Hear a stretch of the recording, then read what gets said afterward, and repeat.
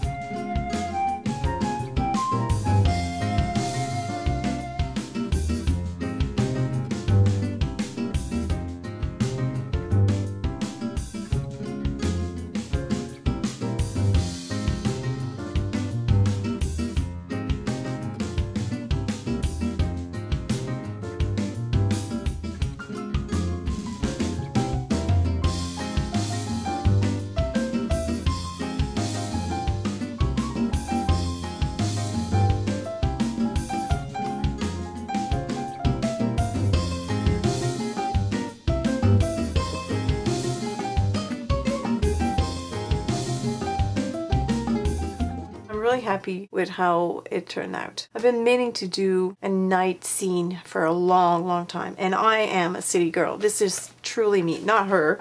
Obviously I don't wear dresses much, but the whole premise of these 2 pages are totally me. I am a city girl. Obviously this is the New York skyline. I do not live in New York, but that is the stencil I had.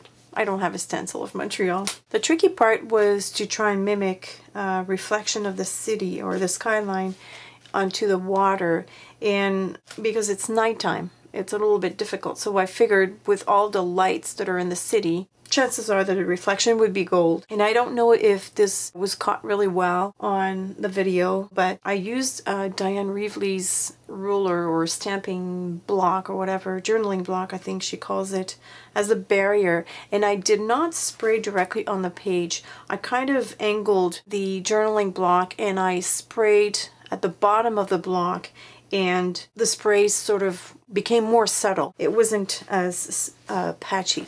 And if I move this, you'll see, look how beautiful. Oh, I love that. I love it when a plan comes together. Now, my girl here, I ended up changing my mind about her quite a bit. I started by masking her, but I had stamped her on this dark background. It didn't show well. Of course, before I started coloring her, I used the white paint to try and block out that dark color, but it did not work the way I wanted it to. So I ended up re-stamping her on white paper and then just gluing her down. In all honesty, I think I like this better. I also love those buildings. Love this stencil. And of course with the molding paste, everything pops. I'm going to try and give you a close-up so that you can see the raised or the embossed of the molding paste. Look at that. And of course I accented that with a black charcoal pencil. That makes it pop even more. Love that. Love that. And the pink here on, at first when I sprayed that pink, I wasn't too sure, but it totally reminds me of when the sun goes down and there's a pink reflection on the building. Of course, this is a night scene, but you know, this is my thing, right? So I can do whatever I want. This is my night scene, so it could be whatever I want it to be. But I truly love the pink mixed in with the blues and the purples. So I love these dots too. Look at that stencil. I used it a lot. As you can see, it's black. I used it a lot when I did jelly printing. It's a nice graphic element to a city scene. And then of course I added some stars. I'm not sure that you can see so many stars over New York City, but anyways, I sort of concentrated my stars here and a little bit here. So anyways, I like my page. I hope you liked it too. So that's all for my sharing for today. I'm gonna get my button gear and go to the grocery store, grab some meat for dinner. For those of you who live in the province of Quebec, Happy Saint-Jean-Baptiste. Oh, I don't think it's called like that anymore. It's Happy... what is it? La Fête du Patrimoine. To all of you, it's a 3-day weekend here in the province of Quebec, and we're having another 3-day weekend next week for Canada Day. So it's 2 back-to-back. Of course, it doesn't apply to me because I have to work. I don't get holidays, but hey, that's all part of the game, right? It's one of the disadvantages of having your own business and working from home, but you know what? I work from home, so that's a big advantage. Anyways, I'm gonna head out now and I will catch you sometime this week.